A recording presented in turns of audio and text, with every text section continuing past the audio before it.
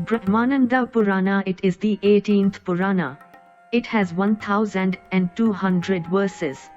Presently available in separate parts. We do not have the full text. Hence we have given the three important ones which we have, one about the Mokshada Ekdasi, two the Lalitopakyanam about Devi Lalita Tripura Sundari.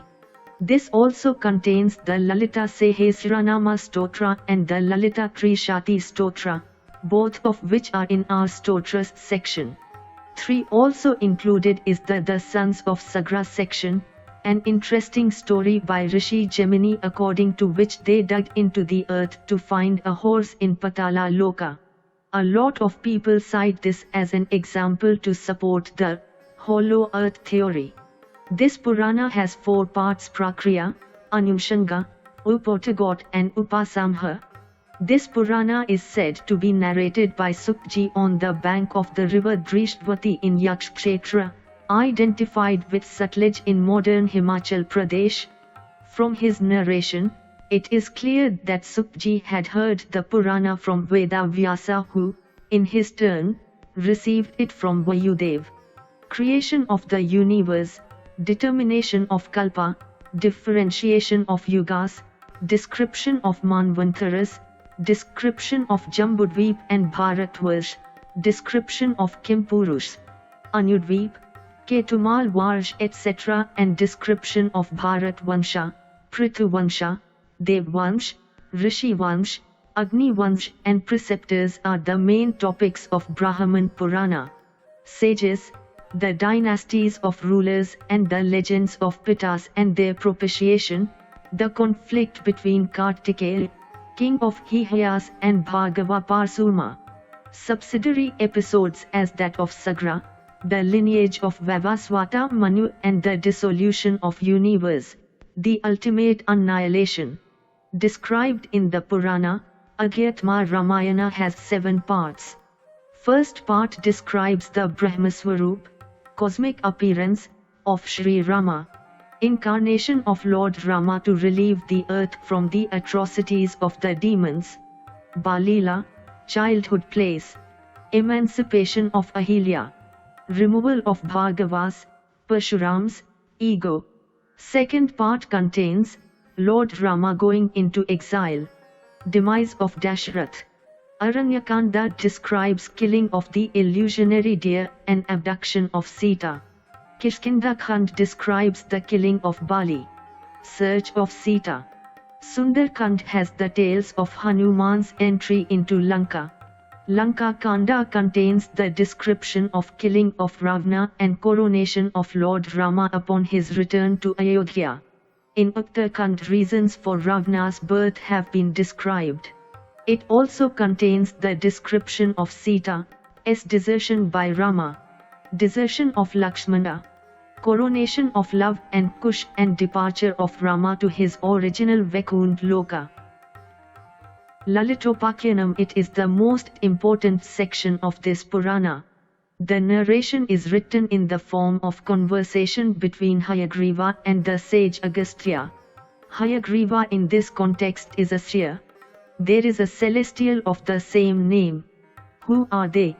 We get the reply for this also in the text. There is a detailed description in the book establishing the harmonious synthesis of the aspects of the 3 deities Shiva, Vishnu and the Divine Mother.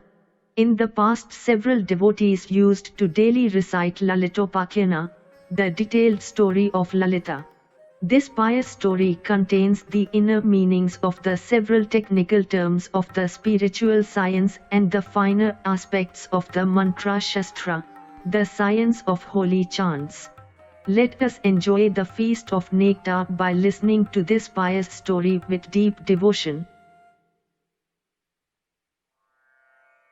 Penance of Agastya. Long ago, the mountain Vindhya, central India, started growing upward in gigantic proportion due to egoism. The sage Agastya decided to subdue the pride of Vindhya. For this purpose, he came from Varanasi, Uttara Pradesh, India, and settled in South India. By the divine presence of the sage Agastya, the entire South India gradually became prosperous and pious. Eventually the Kali Yuga started. As per the tradition of India, Kali Yuga is the fourth age, the others being Kruta, Treta and Dwapara.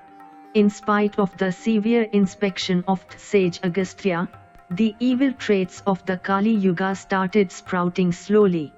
Noting this trend, the sage felt sad and proceeded on a pilgrimage. The strange and unrighteous ways of the people made him quite unhappy. There was rampant selfishness and sensuousness prevalent everywhere. How can these people attain liberation? This was his nagging grief. After reaching Kachi, Tamil Nadu, South India, he was unable to bear the burden of the grief, and performed severe penance meditating on Vardaraja, the best of the boon givers, a synonym of Vishnu. God's ways are mysterious. His power of illusion is incomprehensible. Vishnu appeared to the sage in the form of Hayagriva. Agastya asked Hayagriva, "O Lord, what is the path of salvation to these ignorant people?" Hayagriva replied, "There are two paths for this. They are, I, after renouncing everything, one can attain the knowledge of the attributeless aspect of God. This is a very difficult way. B. The second method is to worship the Divine Mother, who is the form of Vishnu with attributes. Even a sinner can do the worship. There is another advantage in this type. The devotee can simultaneously get enjoyment and salvation by following this path. Further, Vishnu ordered to the sage Agastya, you have to propagate this divine secret in the entire world." The sage asked, "Lord Vishnu, kindly narrate the story of Parashakti, the ultimate power, the Divine Mother, who is your aspect with attributes." At this stage, Vishnu asked sage Hayagriva, born with the Lord's aspects, to tell the detailed story to Agastya. The Divine Mother emanated from meditation of Brahma, the Creator. Her name then was Prakriti, the nature. Mohini Avetra.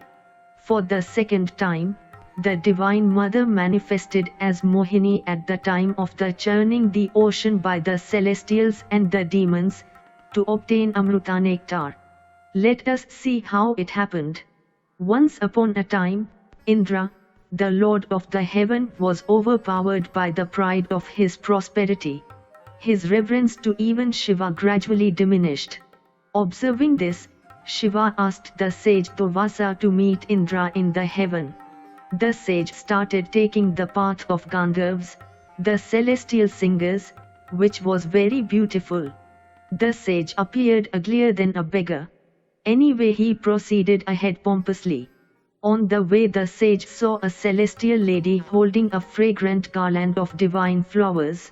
The ugly-looking sage asked the beautiful lady, "Where did you get this garland?" She observed him keenly and realized that he was a sage.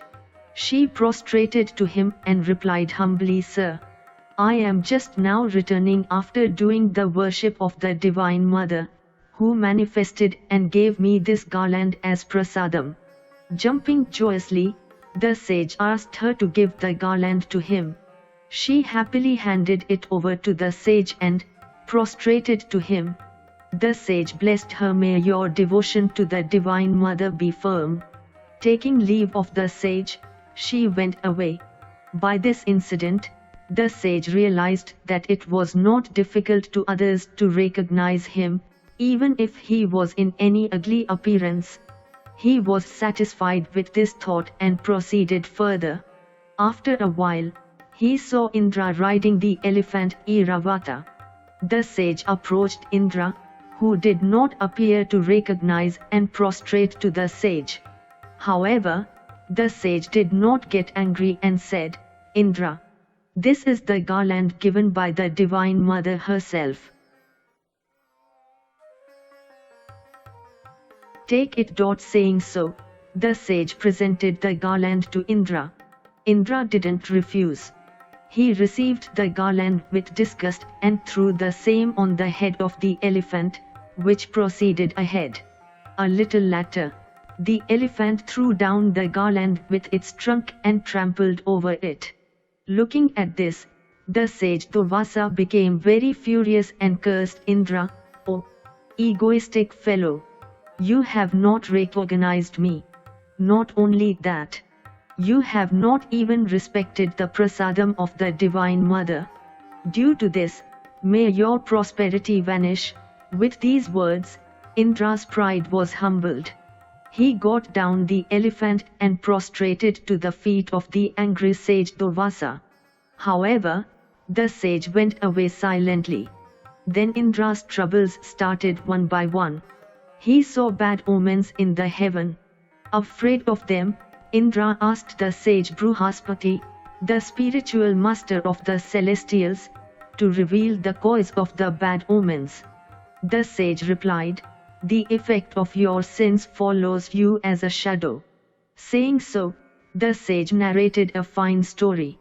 Long ago, there was a thief by name Vajra in Kanchipuram, Tamil Nadu, South India. He used to steal small things and gradually amassed large quantum of money. As the wealth accumulated considerably, he wanted to hide it safely and went to the nearby forest to do so. In a dense part of the forest, he dug a deep pit and secured the money therein. However, a hunter by name Viradanta, sitting on a tall tree, observed all this, quite unexpectedly. After the thief has left the place, the hunter dug out the pit and after taking only 1/10 of the money, he covered the pit, without causing any doubt to anyone. The hunter's wife saw the money and knowing how her husband got it, she said, "It is customary that many Brahmanas visit the home of my parents. Whenever they saw me, they used to forecast you will get rich quite suddenly. Their prediction came true now." The hunter Viradanta planned to purchase meat and wine with the money. However, his wife said, "The Brahmana visitors of my parents' home used to tell something more. They cautioned that hard-earned money only will give durable enjoyment and that the easy money was sinful. Hence let us use this unexpected and unearned money for charities." After prolonged discussions, the wife's opinion won. Then Viradanta selected a place of water scarcity and arranged the digging a big water tank for public use. While the work was in progress, further plans were made and accordingly, he started the construction of temples for Vishnu and Shiva by the side of the tank. When the projects were halfway, the money was exhausted. Hence Viradanta started spying to find out the several places at which the thief Vajra was hiding the stolen wealth. Without causing any doubt to the thief, the hunter used to take out money little by little from the pits and continued the construction without interruptions. Along with this, he started to donate the money. However, the hunter did not use the money for himself or his family. Thus, constantly encouraged by his wife, his charities developed. The Brahmanas of Kachi were glad and gave the titles Dwijvarma and Shilavati to the hunter and his wife. These titles eventually became their names in vogue. Some time later, the hunter planned and constructed a city. Instead of giving it his own name, the hunter named it as Devratpura, as a mark of respect to his guru Devrata. After a few years, the hunter and his wife died at the same time. The messengers of Yam, the god of death and the lord of hell, and Shiva and Vishnu arrived to take away the jivas, the subtle form of life of the dead. Their debate as to who can take the jivas could not be settled. At that time, the sage Narada arrived there. He asked the three groups of messengers to stop the arguments and revealed another aspect of the code of righteousness. Thus, the hunter has performed the deeds of merit, punya, like charities, with the money stolen by him. Hence, as per the rules of righteousness, he must move about in the form of a ghost until the death of all the owners of the stolen wealth. Hence none of you have the right to take away the jiva. Next, his wife was great. She didn't commit any sin. As she was a devotee of Shiva, the messengers of the Lord can take away her jiva. Listening to this ruling, Shilavati's jiva sat down obstinately, saying, I won't go to Kailasha, the abode of Shiva, leaving my husband in the form of a ghost. She prayed to the sage Narada, Sir, kindly direct me what I have to do to unburden my husband's sins. Narada was very much pleased with her chastity and fidelity and gave initiation of Shiva mantra, chant, to her. By her penance, the husband and wife attained the grace of Shiva and were accepted to stay in Kailasha, Shiva's abode. Some time later, the thief Vajra and the persons from whom he stole the money died. All the jivas reached the hell, the abode of Yam, the god of death. He asked all of them to assemble and said, though you did not intend to do the acts of punya, merit, they were performed with your money. Hence you are eligible to stay in Kailasha, abode of Shiva, for some time. Hence I ask you whether you choose to experience either the effect of punya, merit, or papa, sin, in the first instance. They replied in chorus, we opt to experience the effect of merit first. By doing so, we will have a chance of association with the pious, which in turn will wipe out past sins. Yam felt glad by their choice and sent them all as the attendants of Dvijvarma at Kailasha. By his good association, all their sins were washed off and they settled in Kailasha happily. Preaching of Bruhaspati. After narrating the story, Bruhaspati said, Indra, now you think of your sins. Indra once again prostrated to the sage and requested, Sir, I am unable to realize my sins. Kindly give me details. Bruhaspati replied, in the distant past, Diti, the second wife of Kashyapa, gave birth to a son by name Danu and a daughter named Rupavati. Danu is the predecessor of the race of Danvas, demons. Rupavati was married to Brahma, the creator. Her son was Vishwarupa. He did severe penance. He had many divine aspects. However, he was a nephew of the demons. He was affectionate towards both the races, the celestials and the demons. After a while, Indra chose Vishwarupa as his guru. At that time, Bruhaspati was not the guru of the celestials. Indra expected that Vishwarupa would be partial towards the celestials and that he would destroy the demons. However, Vishwarupa was friendly towards all. Observing this, Indra suspected that being a friend of the demons, Vishwarupa was harming the celestials. One day, Indra suddenly went to Vishwarupa and cut off all his 3 heads. By doing so, Indra was afflicted by the sin of Brahmahatya, killing Brahmanda. Not only that, aggrieved by the death of his son, Brahma, the creator, cursed Indra. Terrified by these two, Brahmahatya and curse of Brahma, Indra, accompanied by all the celestials, sought refuge at the feet of Vishnu, who contemplated deeply and allocated the effect of Indra's sins to the earth, the trees and the women. As compensation, Vishnu gave the power that the pits of earth could be filled up, the power that even the trees once cut off could revive, and the power of women to beget children. Thus Indra was relieved of the effect of the sin of Brahmahatya, killing a Brahman.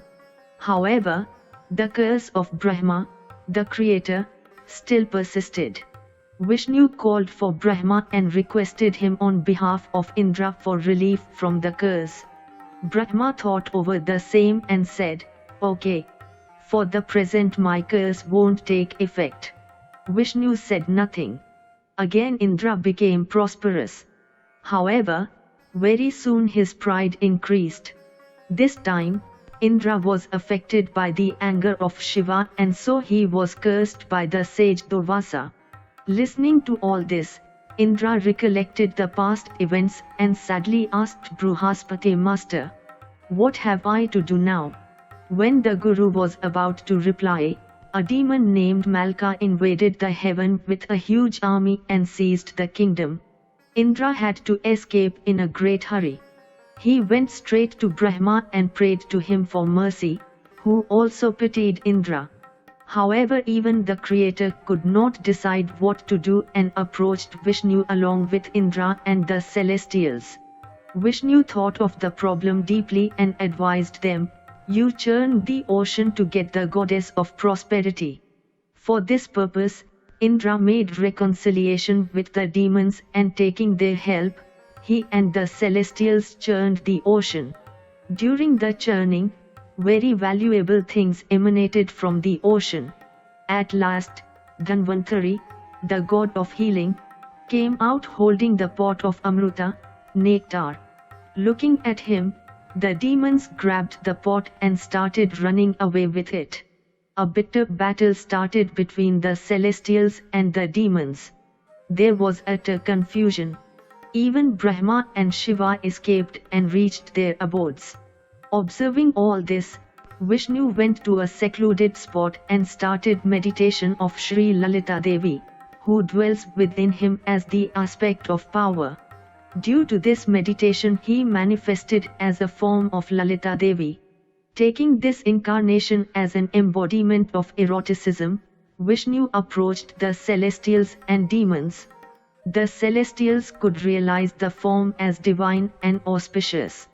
However, due to their predominating trait of tamas, ignorance, the demons were enchanted by the beauty of the form and stopped fighting. She mesmerized them and took the pot of Amrita, nectar, from them, taking their consent to her to serve the nectar to all. She asked the celestials and the demons to sit in separate rows. She started to give the nectar to the celestials only first. Allured by her, the demons sat still stupefied. By the time the nectar was given to the celestials, the stock exhausted. She disappeared suddenly. The demons again started to fight with the celestials. However, as the celestials have already drunk the nectar by then, the demons were defeated. Thus, the Divine Mother who manifested and enchanted the demons was called Mohini, the divine enchantress. Shiva, staying in Kailasha, came to know of these events and wanted to note the specialty of the new form of Vishnu. Along with his consort Parvati, Shiva went to Vaikuntha, the abode of Vishnu, and pressed him to how the form of Mohini. Vishnu suddenly disappeared without saying yes or no. While Shiva was searching for Vishnu, he happened to reach a new place where he continued to search. There he heard the music of Veena. He saw a beautiful young lady. Unable to resist this infatuation, Shiva embraced her. At once a son was born. He was named Sasta, one who rules. He became a commander in Shiva's army. At once the lady disappeared. Shiva realized that she was none else than Mohini, a form of Vishnu. He applauded her beauty and returned to Kailasha along with Parvati. Thus the Divine Mother incarnated as Mohini and granted success of the activities of the celestials. Agastya heard the story and said, "Hayagriva, kindly let me know in detail which form of Parashakti, the Divine Mother, the Supreme Power, will bestow both food and salvation to the devotees in the Kali Yuga." Hayagriva replied, "Lalita Devi is the only goddess who has the power to do so. Listen to her story.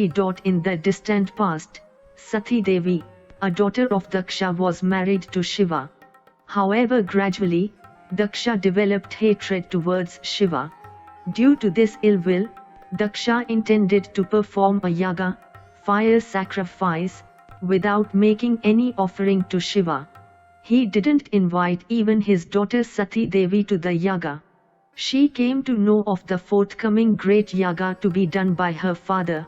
She didn't know other details. However, overjoyed by the news of the ritual her father was going to perform, he went to the yaga, in spite of Shiva's disapproval of her visit. Sati Dehat Yaga, self-immolation of Sati. Ignoring the natural affection to his daughter, Daksha insulted her and repeatedly abused Shiva. Unable to bear the insult to Shiva, Sati Devi burned her body in the fire created by her power of yoga. Knowing about this calamity, Shiva became furious.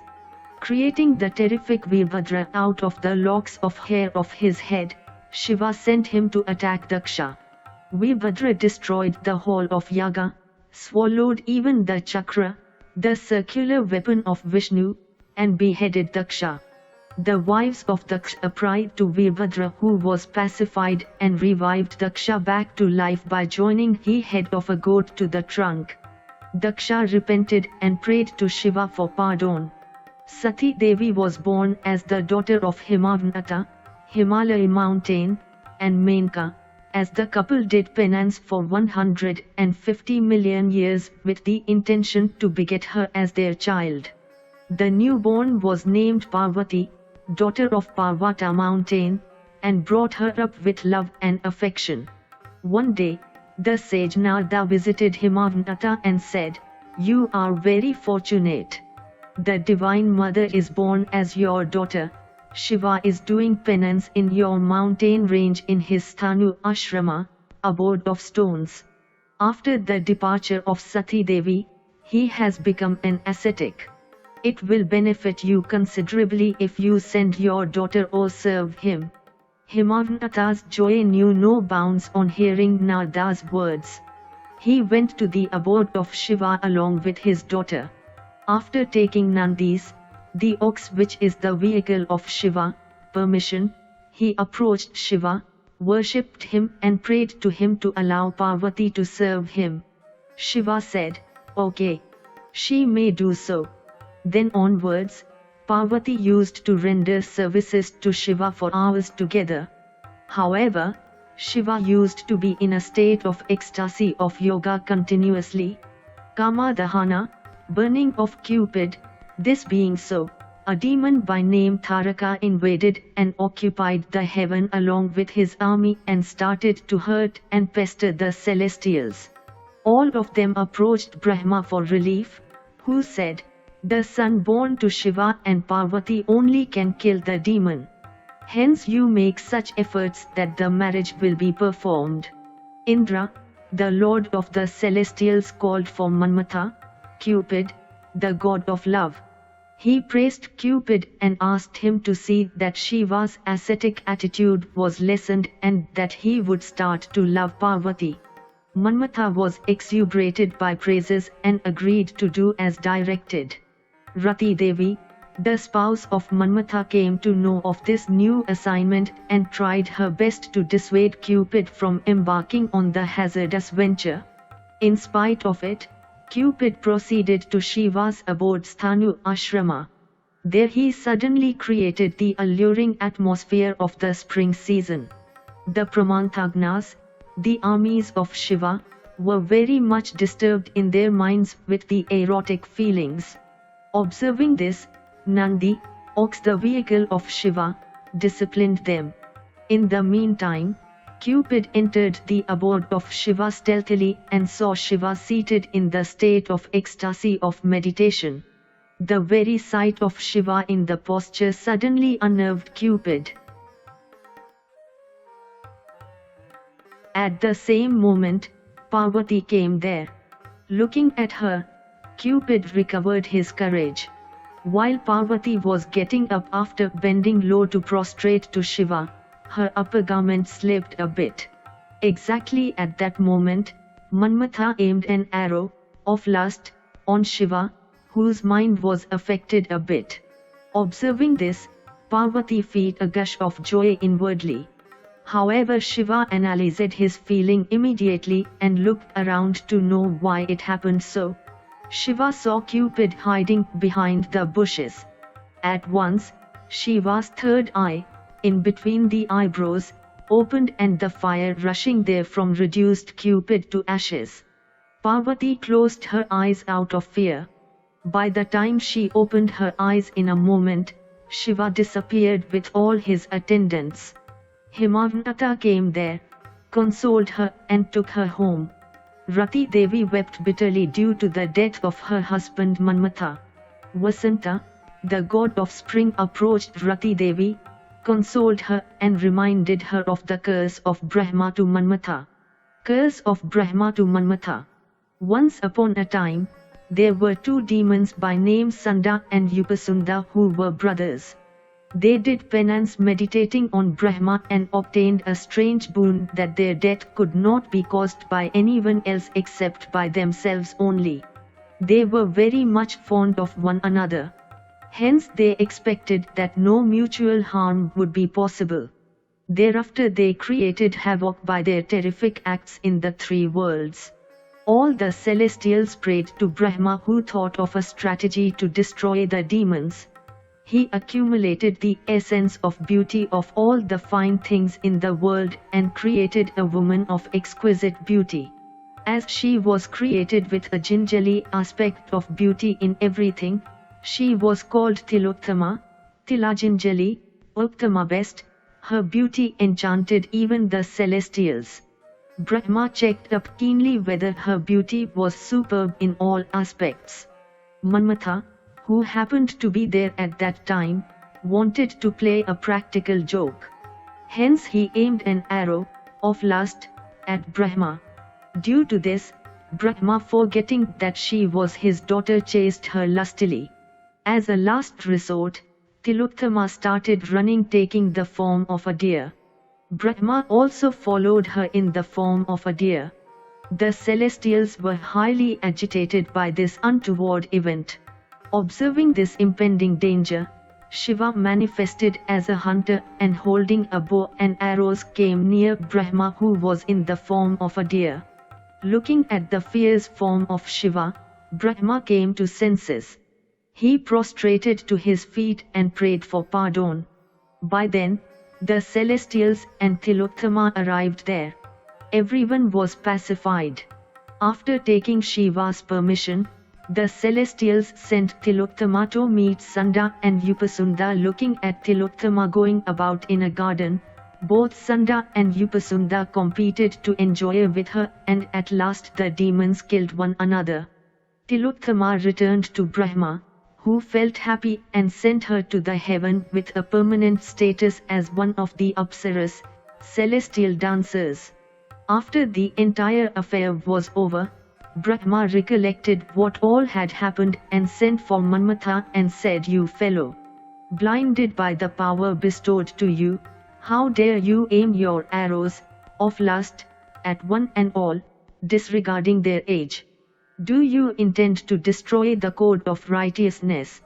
I am saved of grievous sin due to the timely arrival and protection of Shiva. Hence, one day you will be burned to ashes by the fire of Shiva's third eye. Beware." Hearing the curse, Rati and Manmatha were frightened and prayed to Brahma for relief of the curse. Brahma regained his composure and said, "The Divine Mother will manifest as Lalita Devi. She will marry Shiva. After the marriage, she will revive Manmatha to life." After narrating the story, Vasanta, the god of spring season, consoled Rati Devi, saying, "Sister-in-law, it is a must for everyone, however great he is, to undergo the suffering of a curse. However, as predicted by Brahma, my brother Manmatha will be revived to life soon. Until then, be bold and continue to pray to Lalita Devi." Rati Devi left the place and followed the advice. Birth of Bhandasura. At this point of time, Chitrakarma, the commander of one of the Rudraganas, gun is equal to troop, one day started toying with the ash of the burnt Manmatha and prepared a doll out of it. He took this doll to Lord Shiva. Lord Shiva's intentions are indeed unfathomable. As soon as the doll neared Lord Shiva, it sprang to life and the boy thus born prostrated before Lord Shiva and Chitrakarma. Chitrakarma was overwhelmed with joy. He gave the boy the Upadesha of Shatarudriya mantra and asked him to undertake penance. When the penance reached the stage of fruition, Lord Shiva appeared before him. He asked Lord Shiva to grant him a special boon. Anyone who fights against me should immediately lose half of his strength, and that strength should be added to my strength. None of the weapons of my opponents should be able to bind me, was his request. Immediately Lord Shiva granted the boon and added, I am also bestowing on you the boon of ruling the kingdom for 60,000 years. After giving these boons, Lord Shiva disappeared. He became surprised and a bit apprehensive by the words of Lord Shiva. But soon he forgot it. Lord Brahma, who was witnessing all this, grew frustrated and swore Band, meaning shame, shame. From then on, he got the name Banda. Because of his qualities he became an Asura, demon, and entered the domain of Asuras. This is how he got the name Bandasura. In the meantime, from the remnants of the ash of Manmatha were born two demons, Vishukra and Vishanga. These two became the main brothers of Bandasura. In addition, thousands of Rakshasas, demons, were born out of the ash of Manmatha. All of them became followers of Bandasura. They formed a strong army of 300 Akshahinis. One Akshahini consists of 21,870 elephants, 65,610 horses and 109,350 soldiers. Having come to know about the birth of thousands of Rakshasas, Shukracharya, the guru of Rakshasas, came there and assumed the role of the guru for all those Rakshasas and initiated them to undertake regular anushtanas, daily rituals. He also summoned Maya, the architect builder of demons, and asked him to create a new city in the province of Mahendra Mountains. He named the city as Shunyakapatana. Shukracharya asked all the demons to move to the new city. He crowned Bandasura as the king of the newly formed kingdom and made Vishukra and Vishanga the Yuvrajas, princes, of that kingdom. Bandasura had 4 wives. 1 Sammohini, 2 Kumudini, 3 Chitrangi, 4 Sundari. Under the guidance of Shukracharya, activities like fire sacrifices, Vedic education and penance went on uninterruptedly in every house. Tormenting of the 3 worlds. When the kingdom was well established, Bandasura called for a meeting of his brothers and ministers and said, Devatas, gods, are our enemies. As long as Manmatha was alive, their lineage continued without any problems. They also enjoyed many pleasures. Now, because of our luck, we have taken birth from the ashes of Manmatha. The gods are trying to see that Manmatha is born again. We should not allow that to happen. Before they try anything like that, we should kill the Devatas.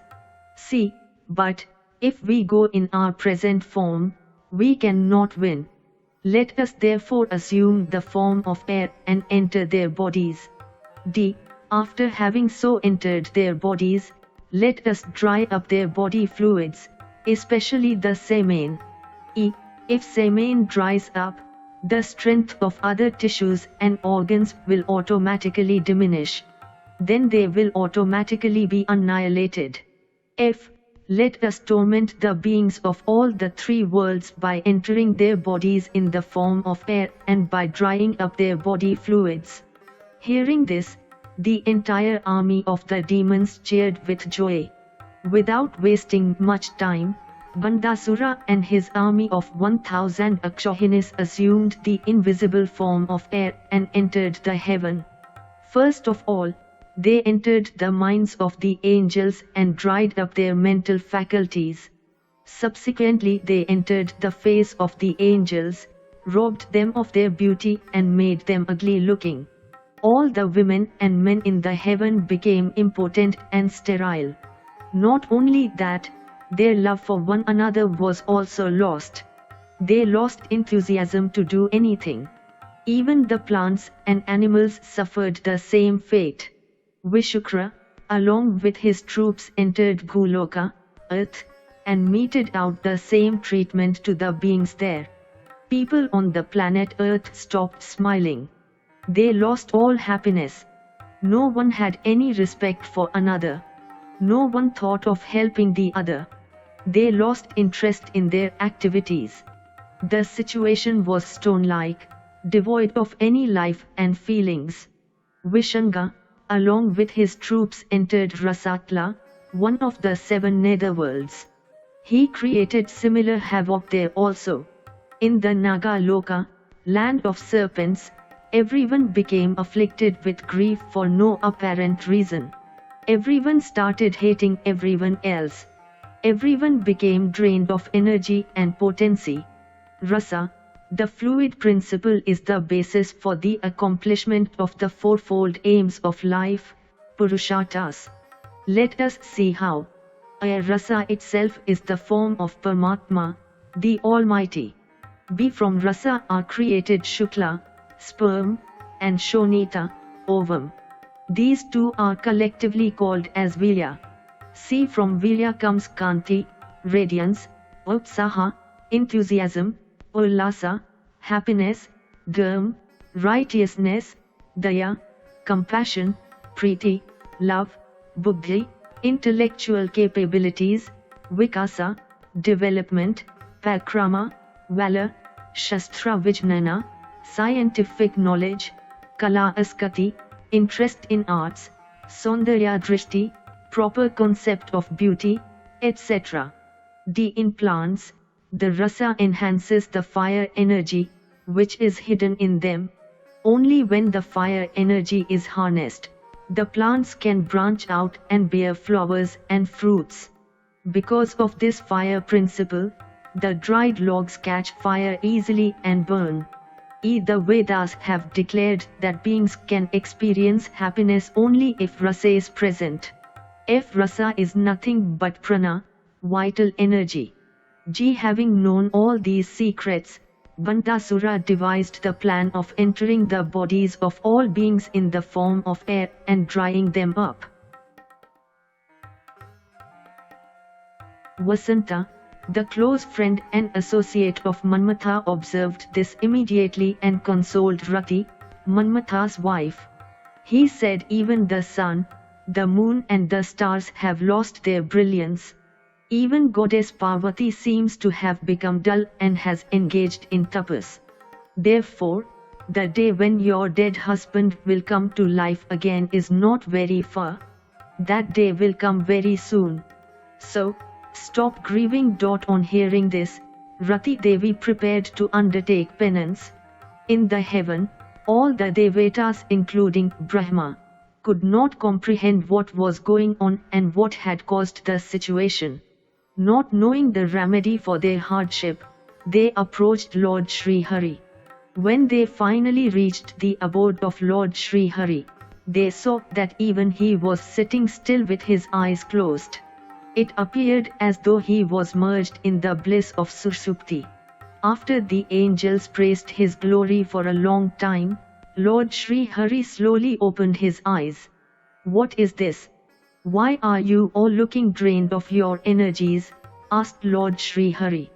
He called everyone by their names and said, your present condition is due to the invisible foul play of Bandasura. Even I have lost the affinity for goddess Lakshmi. What to say about other lesser beings?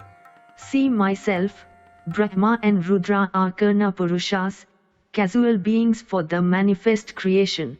Even then, because we are also inhabiting this creation, even we cannot escape the torture of Bhandasura. DD. There is, however, one Almighty God who is beyond this manifest Brahmanda.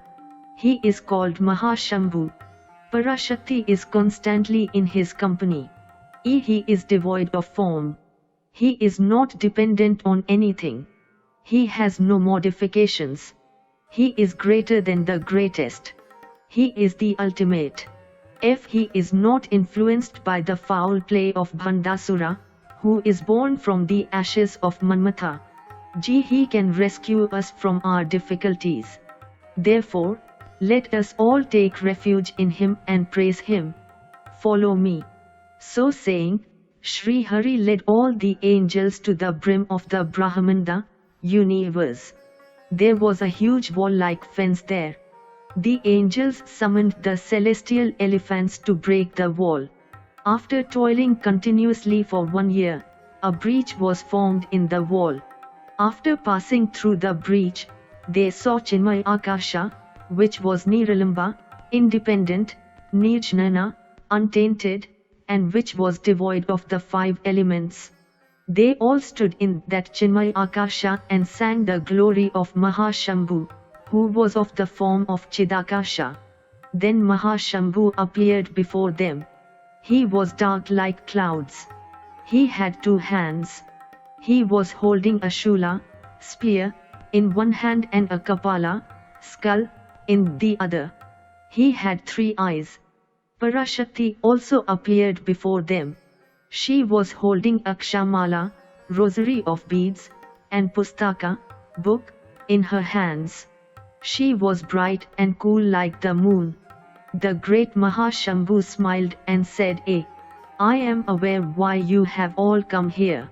Vipralya, destruction, is of 3 types. I, Avantara Pralya, 2, Mahapralya and 3, Kama Pralya. See, I am the one who is responsible to rescue the world from Mahapralya. Vishnu is the one who rescues from Avantara Pralya. It is Lalita Parmeshwari who rescues from Kama Pralya. These 3 kinds of Pralya take place in a cyclic pattern in every kalpa. Now, Kamika Pralya has taken place because of the destruction of Kama and subsequently due to the actions of Bhandasura. Only Lalita Devi can rescue from this situation. Parashakti alone can create another Lalita Devi. Therefore, take shelter in her. Beg her to help you. Hearing this, the Devatas did not know what to do. They again prayed to Mahashambhu to teach them the method of appeasing Parashakti. Mahashambhu explained, this is called as Mahayaga, great fire sacrifice. B. I am, assuming the form of Vayu, the Hota, the priest who makes the offerings in a homa, in this yaga, fire sacrifice. See, my Chidagni itself is the fire in this yaga. D. The last of the 7 seas, i.e., Jala Samudra, water sea, has now dried up. The huge pit so formed itself is the Homa Kunda, fire pit where Homa is performed. E. The remaining 6 great oceans constitute the 6 drops of ghee which is used as offering. F. Shrishti, creation, is of 5 types. I. Mansa Shrishti.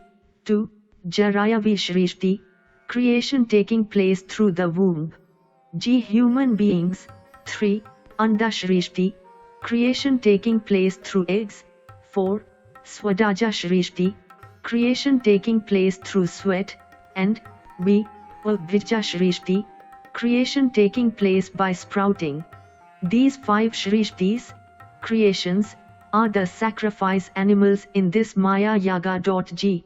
Bhumi, land, Parvata, mountains, Jala, water, Vayu, air, and Akasha, space. These 5 are the substances used in this fire sacrifice. Agni element, one of the 5 elements, being a part of my Chidagni cannot be a substance to be offered. At the end of this great fire sacrifice, all of you, the performers of the yaga, should jump into the Homa Kunda, fire pit. While doing so, you must possess absolute devotion. I then, Lalita Parmeshwari will manifest. She will be seated in a chariot called Chakra Raja Ratha. She will create Parabrahma in the name of Kameshwara and will have him as her consort. This couple will recreate the entire universe, which will turn out to be more beautiful than the previous creation. Lalita Parmeshwari will bring Manmatha back to life. And she will create 4 weapons, namely, Ikshudhanus, a bow of sugarcane. Manorupekshu Kodanda is one of the 1000 names of goddess Lalita. 2. 5 Pushpa Banas flower arrows. Pachatanmatrasayaka is one of the 1000 names. 3. Pashanus. Raga Swarupa Pashagya is one of the 1000 names of Lalita. And 4. Ankusha, a hook, especially an elephant driver's hook. Krodhayakaran Kushojjwala is one of the descriptions of Lalita. With the help of these weapons, she will destroy Bhandasura. She will bring Manmatha back to life. She will give you fresh bodies. If you all agree, I will begin this great sacrifice myself. The angels became very pleased and begged Mahashambhu to be the Hota and carry on the sacrifice. Parashakti and Mahashambhu disappeared. The angels also returned to their abode. After some time, Mahashambhunatha, accompanied by Parashakti, started chanting the Lalita Maha Mantra and entered the universe in the form of the 7-layered Vayu, air. Parashakti assumed the form of his Kriya Shakti, energy of action. With the help of Kriya Shakti, Vayu blew the Jala Samudra with all his energy. The Jala Samudra, water ocean, became totally dry. In the pit thus formed he kindled the Chadagni with the help of fire emanating from the third eye. This Agni raged from the Patala, a region in the nether world, to the Brahma Loka. He decorated the periphery of the Homa Kunda with the stars just as one decorates a sacrificial fire pit with flowers. After this, he performed the yaga. As ordained by the Vedas, he used the Pralya Meghas, clouds appearing during Pralya, namely Pushkala and Avartakas Shriek and Sruva, the 2 spoons which are used to offer ghee in fire worship. As the Homa progressed, the Chadagni emanating from it spread to vast area. He then offered the first 6 oceans and then the 5-fold creations to this Agni. In the end, the gods too decorated themselves and sat on the Shriek and Sruva, ready to be offered to Agni. Mahashambhunatha offered them to Agni. After this, Mahashambhunatha discarded his Vayu form and assumed his real form. He then chanted 8 special mantras and performed 8 homas. Manifestation of Lalita Devi. At the end of the Homa, Lalita Devi came out of the Chadagni Homa Kunda, seated on a special chariot called Chakra Raja Ratha. Therefore, we find the descriptions such as Chadagni Kunda Sambhuta Devakaya Samugyata and Chakra Raja Ratha Rudha Savayudha Parishkarita in Lalita Sahasranama. The Sri Chakra Raja Ratha had the following dimensions: a width 4 yojanas, 1 yojana is approximately 9 miles, b height 10 yojanas, c purvas, landings, 9 in number, d chakras, wheels, the 4 Vedas, e horses, the 4-fold aims, purusharthas, f flag absolute bliss, g the seat at the topmost landing is the Bindupitha, h form, of the form of Meru Prastara, I the material that was used to make this was Tejas. The Lalita Parmeshwari so manifested, created a male form from within herself. His name was Kameshwara. By her power of will, she created 4 different weapons. They were Ikshudhanus, 2. 5 arrows, 3. Pasha, noose, and 4 Ankusha, a special hook. She held all these weapons in her hands. We see the description Chaturbahu Samanvita in the Lalita Sahasranama.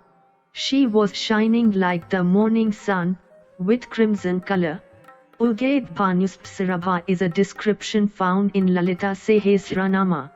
Her beauty was full in all aspects. Savarunam Vadyangi Sarvabarna Bhushita Lalita Sahasranama. She always appears as though she is 16 years of age. Nitya Shulashikarupa is a description in Lalita Sahasranama. This description has two meanings. One meaning is that she always appears as one who is 16 years of age. The other meaning is, there are 16 Nitya Devis.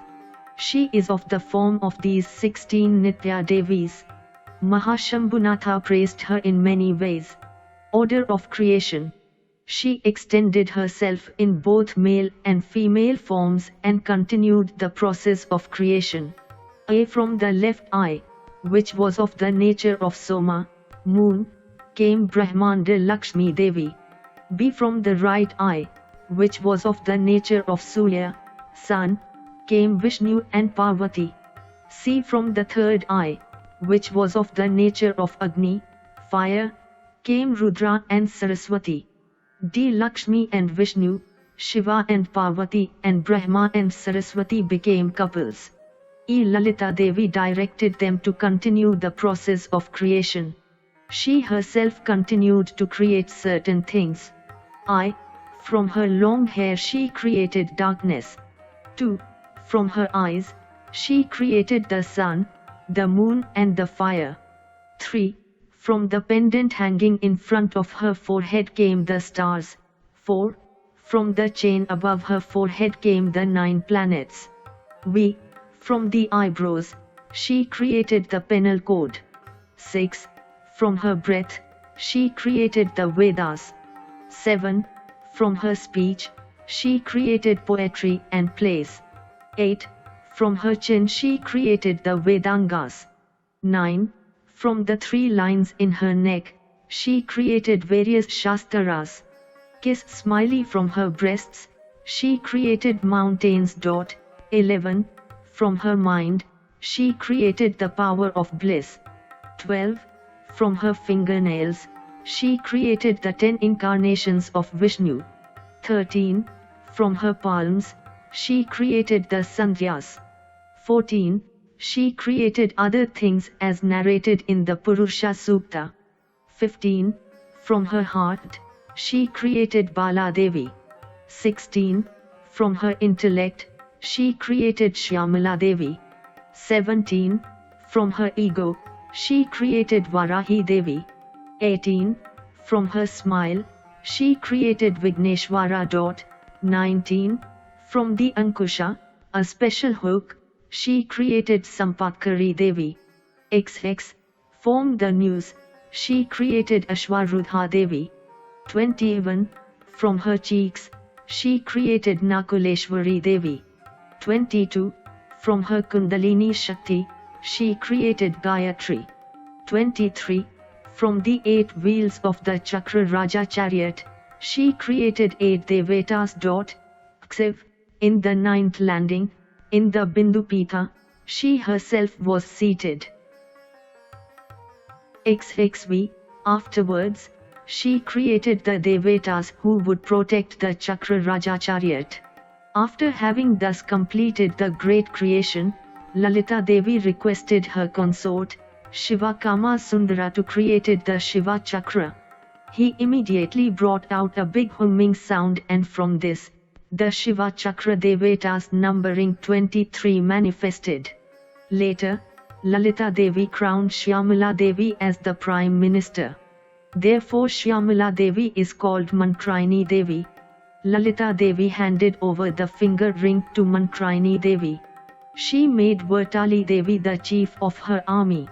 Therefore Vartali Devi is also called as Dandanatha Devi. She is also called as Varahi Devi. Lalita Devi created a weapon, from her eyebrows and gave it to Dandanatha Devi. After this, Lalita Devi created 2 chariots from her chariot and gave them to Mantraini Devi and Dandanatha Devi. Mantini Devi's chariot is called Gaya Chakra Ratha. This chariot used to make musical sounds whenever it moved. Dandanatha Devi's chariot is called Kiri Chakra Ratha.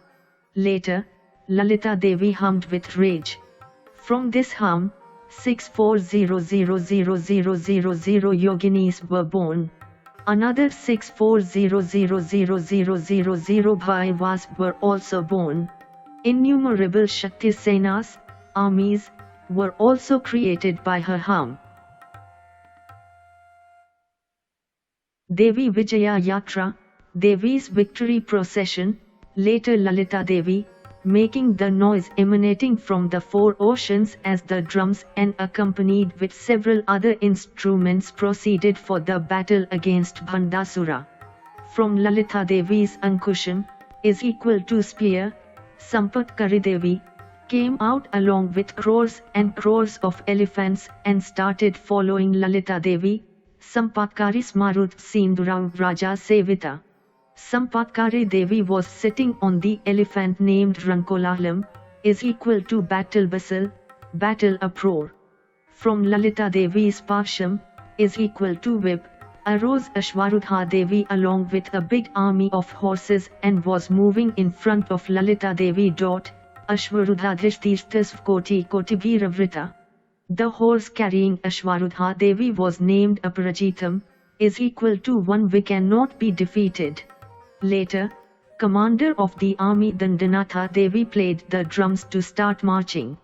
As the march started, Dandanatha Devi got down from her chariot and sat down on the lion. The lion is named Vajragosham, Kirichakra Ratha Rugadam Danadha Puraskrit.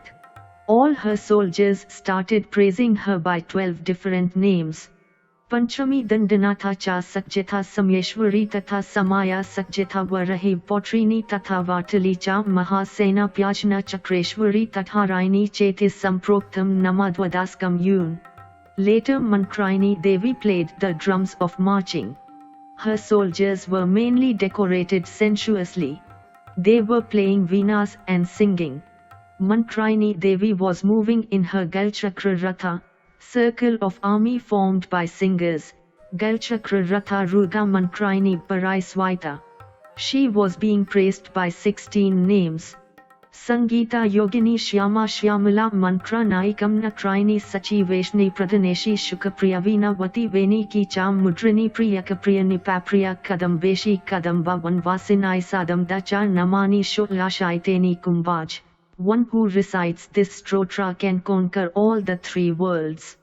Then, from the bird in the hands of Mantraini Devi, appeared God Dhanaveda with a spectacular bow in his hand and said, Mother, this bow is called Chitrajivam.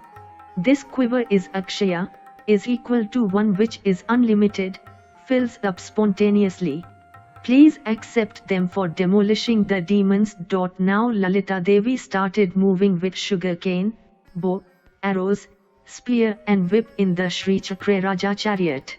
She is being praised with 25 names: Sinhasanesi Lalita Maharajni Varankusha Sundari Chakranathacha Samrajni Chakrani Rakchakreshwari Mahadevi Kameshi Parmeshwari Kamraj Priyakamakotika Chakravartini Mahavidya Shivananga Vallabha Sarvapatal Kulnatha Amnanatha Sarvamnaya Nivasini Shringara Naika Cheti Panchavimshati Namevi. One who recites this stotra attains Ashta Siddhi, 8 spiritual accomplishments. Bandasura Vadodukta Shaktisna Samanvita in Lalita Sehasranama stotra means one who is ready with her army, Shakti Sena, to annihilate Bandasura. Banda's war preparation. While Lalita Devi was proceeding for the war, many bad omens were observed in Banda's Shunyak town. Bandasura called upon an urgent meeting along with his brothers Vishukra and Vishanga to assess and evaluate the situation. In the meeting Vishukra spoke thus, I, all gods have burnt themselves by jumping into fire, out of despair. B, From that fire arose Mother Goddess, who rejuvenated all gods. See, she is coming for a war with us, along with an army of women. Those gods are trying to cut stones using tender leaves. Even then we should not neglect that woman. We must send our army immediately. Vishanga said, any work should only be done after properly thinking about it. First we must send spies and see how powerful their army is. C. We must not underestimate the enemy's army. D. In the past Hiranyakashipa was killed by an animal. E. Sumbha and Nishumva were killed by a woman. F. So, we must get more information about her. G. Who is she? Who is supporting or protecting her? What does she want? All these queries should be answered. Listening to this, Bhandasura shuddered at the proposal with a sarcastic grin. Even if all the gods are behind her, we have nothing to fear. Do not entertain such useless thoughts and spoil your mind. Immediately Bhandasura ordered Kutilaksha, commander-in-chief of his army, to protect the fort. He ordered the priests and ministers to perform a vichara, black magic, homa. He ordered Lalita to be dragged to him holding her hair. Now, the demons played the war drums. Kutilaksha sent the first batch of army with demon Durmada as the commander at Shunyapura. Kutilaksha made arrangements for protection. Eastern entry _Thala Janga, southern entry, Thala Bhuja, western entry Talagriva, northern entry, Thala Ketu were placed along with 10 Akshohini army each. For each corner of the town another 10 Akshohini was allocated for protection. Shaktisena's uproar. Durmada was confronted by Sampatkari Devi and her army of elephants, who arose from Lalita Devi's spear. Realizing that his army was being defeated, Durmada himself came for the war seated on a camel. Sampatkari Devi, who was seated on Rankolala, her elephant, faced him. In the ferocious battle, Durmada was able to destroy one gem from the crown of Sampatkari Devi. Angry with this, Sampatkari Devi killed Durmada with her arrows, which pierced his heart. With that, the remaining demons fled back to their town out of fear. Listening to this, Bhandasura was very angry and sent Durmada's elder brother Kurunda for battle. He is an expert in Maya Yuddha, war using mystical powers. Full of vengeance, he attacked Sampatkari Devi. In the meanwhile, Ashwarut Devi, who had taken birth from Lalita Devi's whip, came forward and pleaded Sampatkari Devi to give her a chance to fight with this demon. Now Ashwarut Devi along with her army pounced upon Kurunda. Ashwarut Devi, mounted on Aparajita, was herself leading the army. In that battle she killed Kurunda by piercing his chest with her spear. Remaining demons fled for their lives. Banda became furious. He sent a huge army, this time 100 Akshohini, along with 5 commanders. They materialized serpent gods by name Ranashambari, which attacked Shaktisna. The demons had previously defeated gods using these mystic powers. Crores and crores of serpents, which arose from the serpent gods, started torturing the Shaktisna. They were taking birth again and again even after being killed a number of times. Then Nakuli Devi, mounted on Garuda, came to the battlefield. From her mouth came out 32 crores of mongooses. These mongooses started gobbling up all the newborn serpents immediately after birth. Then Nakuli Devi killed Ranashambari with Garudastram. All the 5 commanders now attacked Nakuli Devi. Nakuli Devi's mongoose army attacked them from the rear. In that ferocious battle, Nakuli Devi, who was mounted on Garuda, was making aerial strikes on the demons who were not able to catch her. She killed the 5 commanders by chopping off their heads. If you enjoyed this audiobook, Please like and subscribe to be notified of when new audiobooks are uploaded. Thank you for listening and learning. Shanti.